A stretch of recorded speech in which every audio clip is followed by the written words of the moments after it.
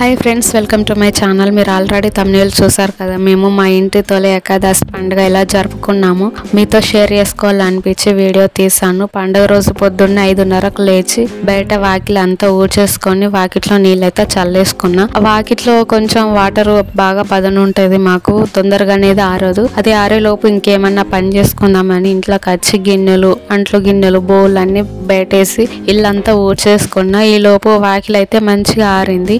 వాకిలి ఆరకుండా ముగ్గేస్తే అంత పదనికి పోతుంది కాబట్టి నేను వాకిలి ఆరే వరకు ఇంకా వేరే ఏదైనా పని చేసుకుంటా.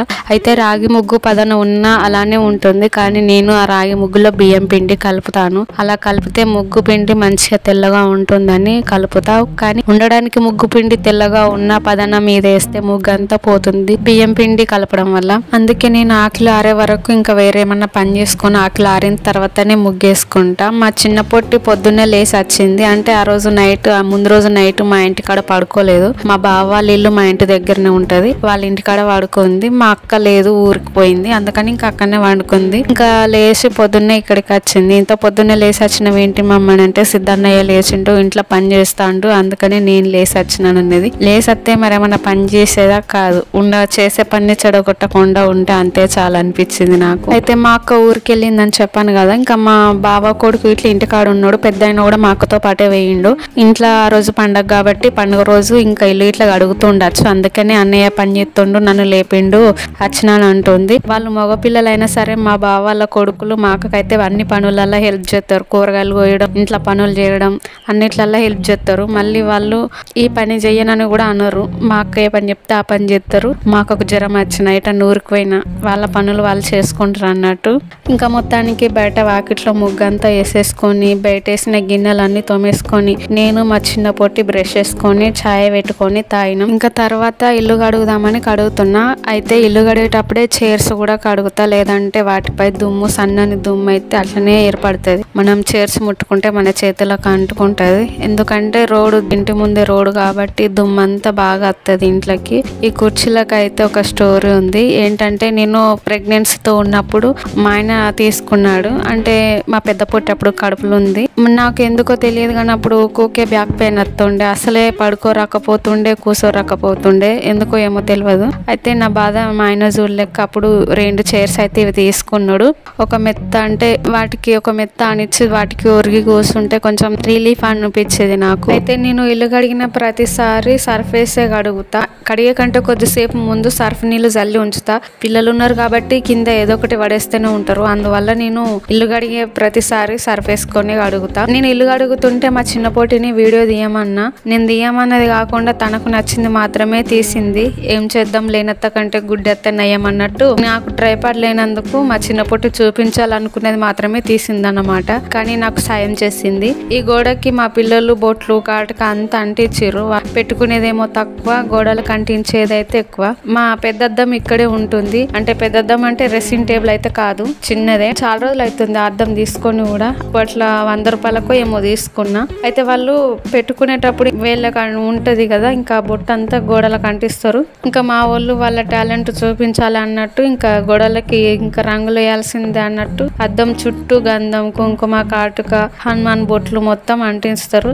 అవేమో ఇప్పుడు నేను రాకి కడుగుతా ఉన్నా. అంటే నేను ఇల్లు కడిగినప్పుడే మొత్తం ఇక్కడ కడుగుతా, లేదంటే ఉట్టిగా నార్మల్ టైంలో అయితే కడగను. ఇల్లు కడిగేటప్పుడు సోమవారం, మంగళవారం ఎప్పుడన్నా బాగా అంటినాయి, బాగా ఏర్పడుతున్నాయి అన్నప్పుడు కడుగుతా. ఇంకా మొన్న పండుగ రోజు కడుగుతా ఉంటే కడగాలనిపించింది, అందుకే మొత్తం దానికి కూడా సర్ఫ్ వేసి రాకి మొత్తం చీపురుతో పోతలేదని చెప్పి చీపురుతో రాకి కడుగుతున్నా. ఆ బొట్లతో పాటు గోడకున్న సున్నం కూడా పోతా ఉన్నది. మా వాళ్ళకి ఎంత చెప్పినా వినరు, చెప్పినప్పుడే విన్నట్టు సరే అని తలుగుతారు. కానీ మళ్ళీ తెల్లారి వాళ్ళు చేయాల్సింది వాళ్ళు చేస్తారు. మా కన్నయ్య గోడలకి గీతలు గీయడం మానేసిండు, ఒకప్పుడు గీసేవాడు. వాడేమో ఇప్పుడు మర్చిపోయిండు. మా పొట్టోళ్ళేమో మొదలు పెట్టిర్రు గోడలకి బొట్లు పెట్టడం. నేను చిన్న అద్దం తీసుకొని సంవత్సరానికి పైనే అవుతుంది, ఇంతవరకు తీసుకోలేదు. ఒకవేళ తీసుకున్నా ఇప్పటి వరకు 10-20 అద్దాలు అవును. చిన్న అద్దం తీసుకుంటే అది తీసుకున్న ప్రతిసారి 2 రోజులకు 3 రోజులకు పలగొట్టేవారు. అందుకే చిన్న అద్దం తీసుకోవడమే మానేశాను. మా ఇంట్లో స్టూల్ ఉంటది, ఆ స్టూల్ వేసుకొని అద్దంలో చూసుకుంటారు మా పొట్టోళ్ళు. ఈ అద్దానికి మా వాళ్ళు అంతా మరకలు అంటించారు, ఆయిల్ చేతులతో ముట్టుకుంటారు. మళ్ళీ అంత సన్నని దుమ్మంతా అత్తది కాబట్టి అద్దం పైన పేరుకుంటది. నేను ఇల్లు కడిగినా కడగకపోయినా తడి బట్ట అయితే వేసుకొని అద్దాన్ని తుడుచుకుంటా. నార్మల్ గా ఎప్పుడైనా మరకలు అనిపించినా, ఇంకా దుమ్ము వారినట్టు అనిపించినా తుడుచుకుంటా.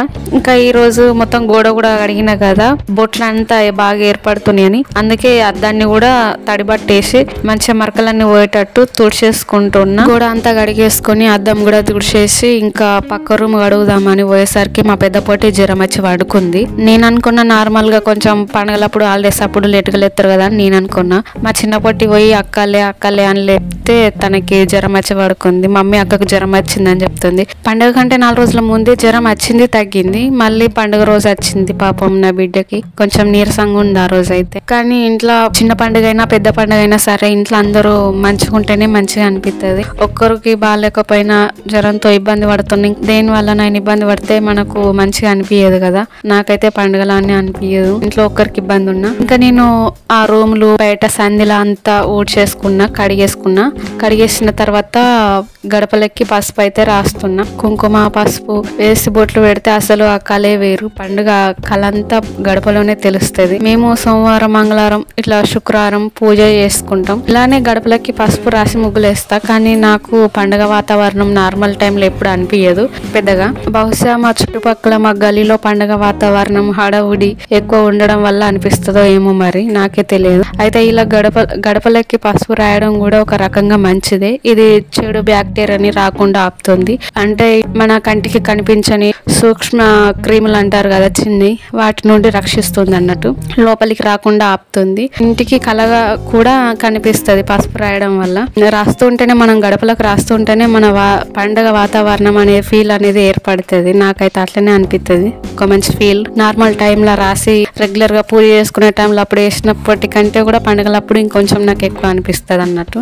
అయితే నేను ఇంట్లో కూడా ఇట్లా చాక్ పీసులతో వేసుకుంటా ముగ్గులు. అంటే నార్మల్ టైంలో వేయను ఎక్కువ, పండుగల టైం అప్పుడు ఖచ్చితంగా అయితే వేసుకుంటా ఇంట్లో ముగ్గులు.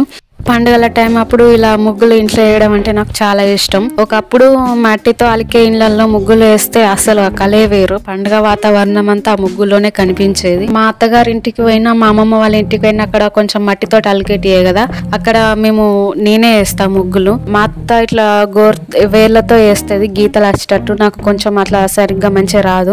నార్మల్ గా నేను ఇంటికాడ రెగ్యులర్ గా ఎట్లా వేసుకుంటాను అట్లనే వేస్తా. పెద్ద నాకు డిజైన్లు అయితే ఏం రావు, వచ్చిన వాటినే కొంచెం మంచిగా వేస్తా. కానీ నాకు మలకల ముగ్గులు అంటే చాలా ఇష్టం. మా చిన్నప్పుడు మా అమ్మ మస్తు వేసేది మలకల ముగ్గులు. ఇప్పుడు నేను మాత్రం వచ్చిన ముగ్గునే వేస్తా ఉంటా, దాన్ని అటు తిప్పి ఇటు తిప్పి అటు తిప్పి. పెద్దగా డిజైన్లు అయితే రావన్నట్టు. నేను ముగ్గులు వేస్తా ఉంటే మా చిన్న పొట్టి నేను వేస్తా మమ్మీ అని అంటే బయట సందిలో వేయమమ్మని అంటే మా చిన్న పొట్టి సందిలో వేసింది. ఇంకా తనకు వచ్చినట్టుగా అయితే ఒక లోటస్ దింపింది. చిన్నగా వేయమని అంటే ఇంకా పెద్దగా వేసింది. ఇంకా సరే ఏదో ఒకటి ఎత్తాను దెయ్యని అనుకున్నాను నేను. అక్కడ కనిపిస్తున్న తులసమ్మ చెట్టు డబ్బా అయితే మేము ఊరికి వేసేసరికి ఆ తులసమ్మ చెట్టు మొత్తం ఎండిపోయింది. దాన్ని మా ఆయన తీసేసిండు. ఇప్పుడు శ్రావణంలో అయినా కొత్త చెట్టు పెట్టుకోవాలి తులసమ్మ చెట్టు. కానీ ఆ డబ్బా కూడా మా కన్నయ్య డబ్బా అంచు మొత్తం ఇరగొట్టేసిండు. ఆ డబ్బా కూడా కొత్తది ఏమైనా తెచ్చుకోవాలని అనుకుంటున్నా, చూడాలి మరి ఏమవుతుందో. ఎప్పుడు ప్రతిసారి సిమెంట్ తెచ్చుకుందాం అనుకుంటున్నా, కుదురుతలేదు. ఈసారి అయినా కుదురుతుందో ఏమో చూడాలి. మొత్తానికి ఇంట్లో పని అంతా కంప్లీట్ అయిపోయి పిల్లలకు స్నానాలు చేపించి ఆ రోజు అయితే సేమియా చేసిన. పూజ అయితే చేసుకోలేదు, ఎందుకంటే మనం ఆడవాళ్ళకి రెగ్యులర్ గా ఉండే ప్రాబ్లమే. నాకు పడలేదు. మా ఆయన అప్పుడు ఇంటికాడ లేడు. మా అక్క ఇట్లా ఊరికి వేరని చెప్పిన కదా, కొంచెం మా ఊరు భూముల గొడవలు అవుతున్నాయి అంటే మా అక్క వాళ్ళ పెద్ద కొడుకు మా ఆయన ముగ్గురు కలిసి వెళ్ళారు. ఇంకా ఆయన ఉండేది ఉంటే పూజ చేస్తూ, మా పిల్లలకి పూజ చేయరాదు కాబట్టి ఇంకా వాళ్ళకైతే సేమియా చేసి పని అంతా అయిపోయినాక సేమియా చేసి పెట్టిన. నా పెద్ద బిడ్డ అయితే పాపం కొంచెమే తింది, ఆ జ్వరానికి సరిగ్గా తినలేదు. చూసారు కదా ఫ్రెండ్స్, మొత్తానికి మా ఇంట్లో తొలి ఏకాదశి పండుగ ఇలా జరిగింది, జరుపుకున్నాం. మొదటిసారి ఎవరైనా మన ఛానల్ని చూసినట్లయితే ఉంటే సబ్స్క్రైబ్ చేసుకొని సపోర్ట్ చేయండి, లైక్ చేయండి, షేర్ చేయండి. మీరు ఇచ్చే లైక్ అనేది నా వీడియోని ఇంకా ముందు తీసుకెళ్తుంది. సబ్స్క్రైబ్ చేసుకొని సపోర్ట్ చేయండి. ఇంత ఓపిక్గా నా వీడియోని చివరిదాకా చూసినందుకు చాలా చాలా థ్యాంక్స్. మరొక వీడియోతో మళ్ళీ మీ ముందు ఉంటాను. Okay friends, thanks for watching. Bye, take care.